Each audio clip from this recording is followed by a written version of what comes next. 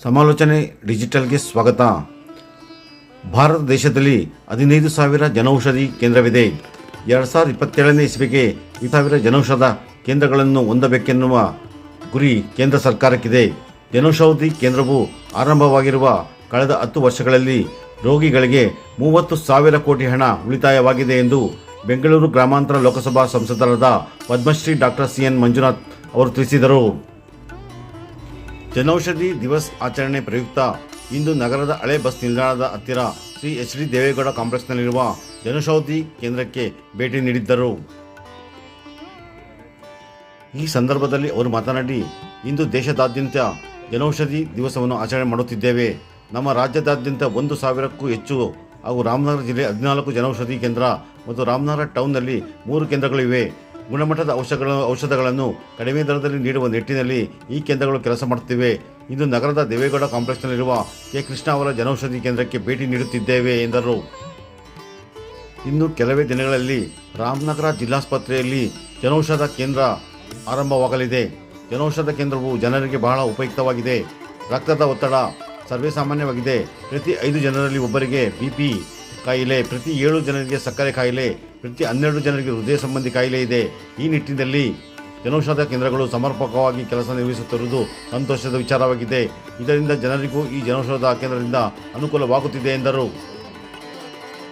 ಈ ಸಂದರ್ಭದಲ್ಲಿ ರಾಮನಗರ ಜಿಲ್ಲಾಧಿಕಾರಿ ಯಶವಂತ್ V. ಗುರ್ಕರ್, ಜಿಲ್ಲಾ ವೈದ್ಯಾಧಿಕಾರಿ ಡಾಕ್ಟರ್ ನಿರಂಜನ್, ಜಿಲ್ಲಾ ವೈದ್ಯಕೀಯ ಅಧೀಕ್ಷಕ ಮಂಜುನಾಥ್, ತಹಸೀಲ್ದಾರ್ ಶ್ರೀಮತಿ ತೇಜಸ್ವಿನಿ, ತಾಲೂಕು ವೈದ್ಯಾಧಿಕಾರಿಗಳು ಮತ್ತು ಸಿಬ್ಬಂದಿ ವರ್ಗ, ಜಿಲ್ಲಾ ಬಿಜೆಪಿ ಅಧ್ಯಕ್ಷರಾದ ಆನಂದ ಸ್ವಾಮಿ, JDS ರಾಜ್ಯ ವಕ್ತಾರ B. ಉಮೇಶ್, ತಾಲೂಕು JDS ಅಧ್ಯಕ್ಷ ಸಬ್ಬಕೆರೆ ಶಿವಲಿಂಗಯ್ಯ, ರಾಮನಗರ ಯೋಜನಾ ಪ್ರಾಧಿಕಾರದ ಮಾಜಿ ಅಧ್ಯಕ್ಷ ಜಯಣ್ಣ, ಶಿವಮಾಧು, ಮುಖಂಡರಾದ GV Padmanabh, RV Suresh, P. Shivananda, B. Ashok Kumar, Sanjay, Mohan Kumar, Jayakumar, ಮಂಜು BJP, ಚಂದನ್ ಮೋರೆ ಸೇರಿದಂತೆ ಇನ್ನು ಮುಂತಾದವರು ಉಪಸ್ಥಿತರಿದ್ದರು.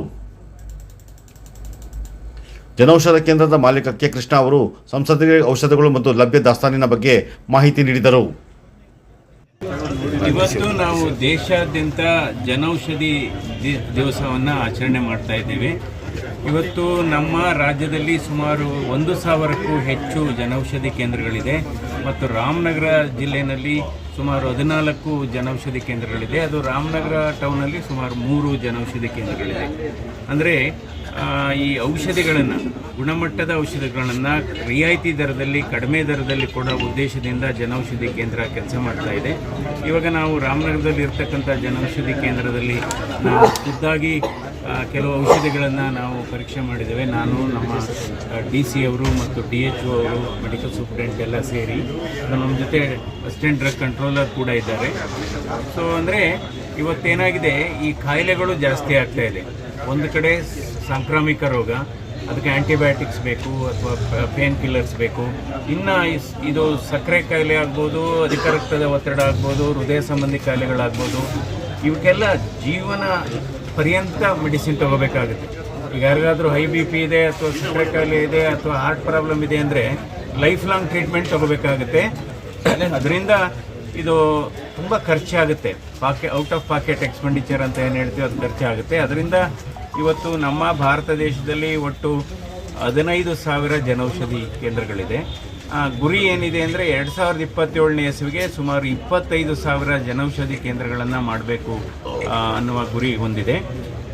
ಇದರಿಂದ ಕಳೆದ 10 ವರ್ಷದಲ್ಲಿ ಜನೌಷಧಿ ಕೇಂದ್ರಗಳನ್ನು ತೆಗೆದಿರೋದ್ರಿಂದ ರೋಗಿಗಳಿಗೆ ಸುಮಾರು 30,000 ಕೋಟಿ ಉಳಿತಾಯ ಆಗಿದೆ.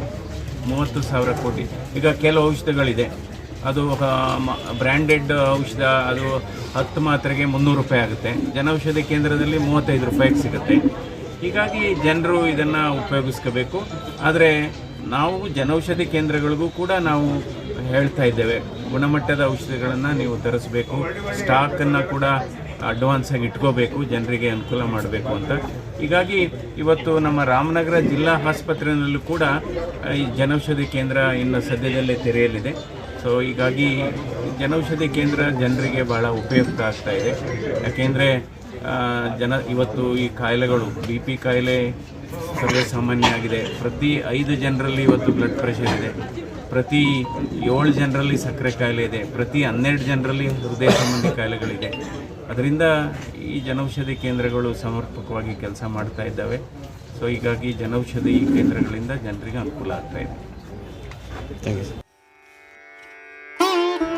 ವಿಡಿಯೋ ಇಷ್ಟವಾಗಿದ್ದಲ್ಲಿ ಲೈಕ್, ಶೇರ್ ಮತ್ತು ಸಬ್ಸ್ಕ್ರೈಬ್ ಮಾಡಿ. ವಂದನೆಗಳೊಂದಿಗೆ